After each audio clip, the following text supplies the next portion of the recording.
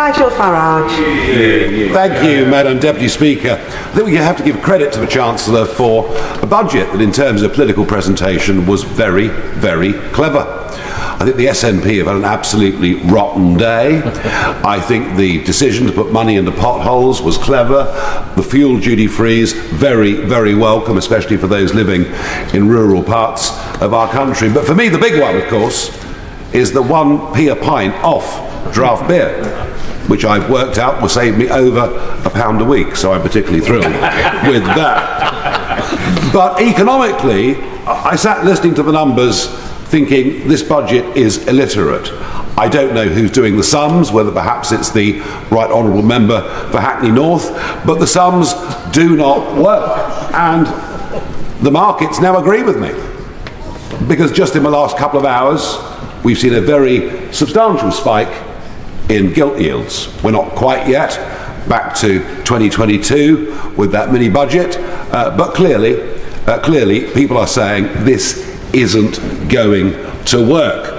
And even more concerning, I suppose, is that the new head of the Office for Value for Money, David Goldstone, has served for many years on the board of HS2, which I would suggest is the very opposite of value for money.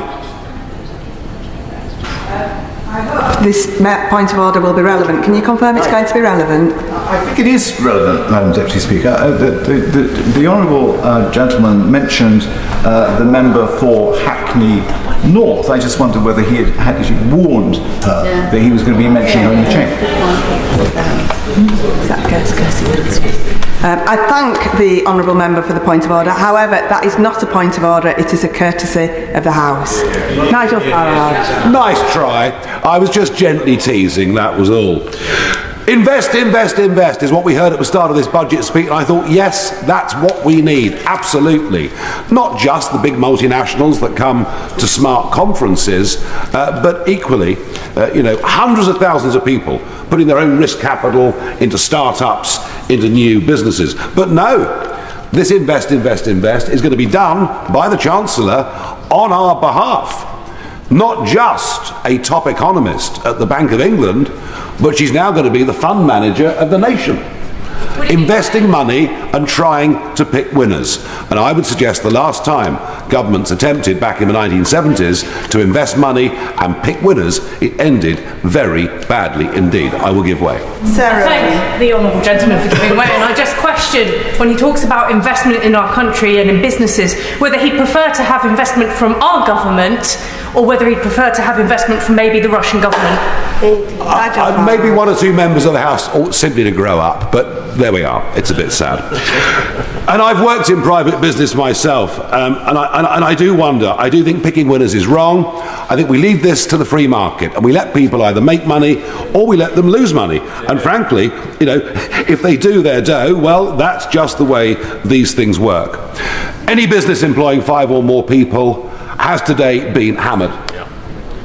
And I make the point that I've set up companies and run companies. Nobody on the front bench has ever worked in private business. Nobody on the front bench understands what genuine risk capital is. Our business secretary, from what I can make out, has never even had a job. But the most dismal part, no, I've had plenty of jobs. Well, apart from being in the European Parliament, which doesn't really count, obviously. But I got to tell you, what is dismal about this budget is the growth forecast. If the ambition of our Chancellor is that in 4 years' time, growth should be 1.5%, that is very, very bad news for everybody, and particularly because it takes no account of the rise in population that will happen through legal immigration. It basically means a rise of zero. And nobody's even mentioned today the fact that gross domestic product per capita, wealth per capita, has been falling consistently nearly every single quarter for the last 2 years. The bigger our population becomes, the poorer we are becoming. And that's a reality we've got to wake up to. But I would say this, the big picture is we're in decline. We're getting poorer. There isn't a £22 billion black hole, that's nonsense. It's 2.7 trillion. Our debt repayments are 90 billion a year. And from all the figures I've seen today, that will be worse in 5 years' time than it is today. We need a complete change of culture. We need to start saying success is a good thing. Making money is a great thing. People becoming rich is something we should encourage. We've got to change our culture of work. The idea that, oh yes, work from home, do a 4-day week, get your work-life balance right. Well, you know what, actually, why don't we say to people, young people, hard work is a good thing. Yeah. Hard work is the only way anybody succeeds individually. And hard work is the only way we're going to have a chance as a country to turn any of this around. We're in much deeper trouble, and much more. Now you keep on going. Please sit down. Honestly, you've had a go. We are in much deeper trouble than anybody on either front bench dares to admit. It's a reality we should all face. And I have to say that, you know, for a Labour Party that couldn't define what a woman was, couldn't define what a working person was, well, after today, I'm pretty convinced they can't define what economic growth is. Thank you. Yeah. Nigel Farage recently delivered a speech in the House of Commons where he critically assessed the Chancellor's new budget, characterizing it as clever in its presentation, but fundamentally flawed in its economic foundation. Farage began by crediting the Chancellor for a budget he described as politically astute, acknowledging specific measures that appeared calculated to appeal to various constituencies, such as funds allocated for potholes, a fuel duty freeze beneficial to rural communities, and a reduction of 1 pence per pint of draft beer, which he humorously calculated would save him over £1 each week. However, despite these gestures, Farage questioned the economic logic underpinning the budget, which he labeled illiterate. He pointed to an immediate spike in bond yields as evidence that the markets also viewed the budget skeptically. In a particularly cutting remark, Farage questioned the role of David Goldstone, the newly appointed head of the Office for Value for Money, highlighting Goldstone's past association with 𝑽𝒊𝒅𝒆𝒐𝒔, which Farage suggested was an example of the exact opposite of value for money. Although Farage's criticism raised a point of order, he dismissed it as mere teasing, indicating his intent was not a formal objection, but rather a jab at the current state of financial oversight. Farage further critiqued the budget's emphasis on investment, noting the Chancellor's rallying call of invest, invest, invest.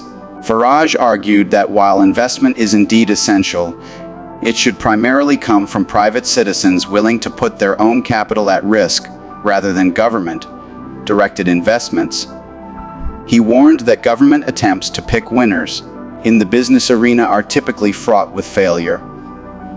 In Farage's view, a free market approach where individuals have the freedom to succeed or fail based on their own merits and decisions is the only viable path for economic growth and resilience.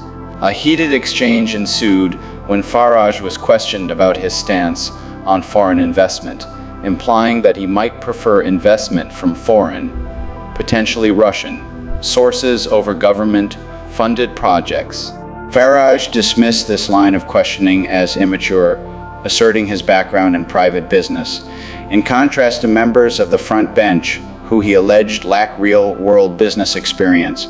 In his closing remarks, Farage lambasted the Labour Party, saying they could not define a woman, a working person, or economic growth. He expressed his belief that both the government and the opposition are avoiding the hard truths about the nation's economic state, and that without significant change, the UK faces an ever-deepening crisis. This speech reflects Farage's long-standing critique of government intervention in the economy and his advocacy for traditional values centered on self-reliance, free enterprise, and a more vigorous approach to addressing the UK's economic and cultural issues. Thanks for watching, and be sure to join the free Telegram group linked in the description, where we can talk freely and uncensored about important issues like this and support each other. Don't forget to like, subscribe, and become a channel member for exclusive content. See you next time.